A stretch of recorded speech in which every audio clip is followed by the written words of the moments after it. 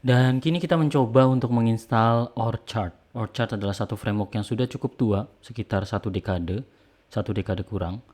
Dan Orchard ini memiliki suatu janji bahwa dia bisa meng-create satu model yang kita kenal dengan model berbasis modular.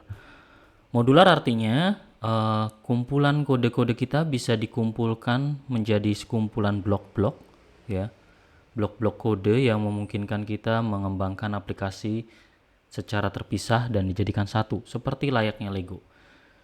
Nah, bicara tentang Orchard sendiri ada dua varian. Pertama adalah Orchard Core yang berfungsi untuk mengembangkan aplikasi sistem informasi berbasis web yang modular, dan Orchard Core CMS yang berfokus untuk mengembangkan website. Di sini saya sudah menginstal Orchard Core CMS untuk uji coba kita. Dan kalau kita sudah menginstal di Nugget Package, di situ kita bisa melihat bahwa konten-konten Orchard framework yang ada cukup banyak library-nya itu akan dipasangkan di sana. Ya. Jadi ada sekitar puluhan library yang kita gunakan. Dan di sini saya menggunakan .NET 8, ya. Teman-teman bisa menggunakan .NET 6 ke atas, dan yang harus kita lakukan untuk mengkonfigurasikan Orchard itu tidak sesuatu langkah yang sulit, ya. Yang harus kita lakukan adalah kita membuka program.cs di sana.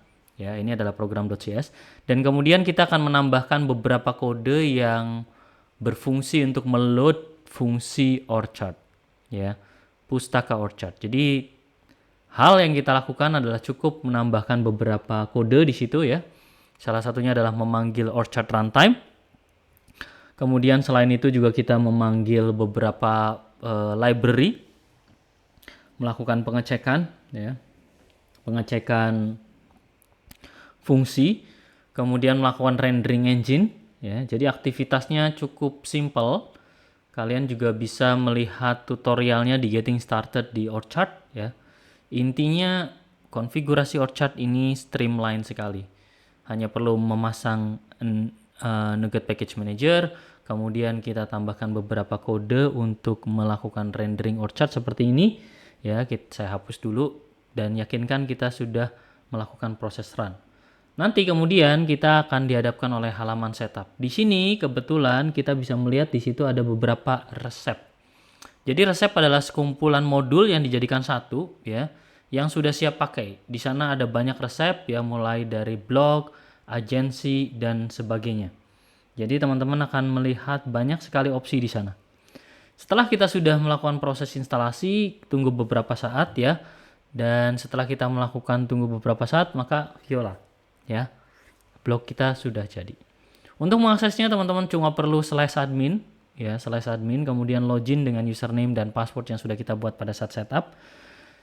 Dan surprisingly, yang kita lihat di sini ini adalah content management system untuk membuat blog yang cukup lengkap. Dan yang saya sangat kagumi adalah ini cepat banget, ya.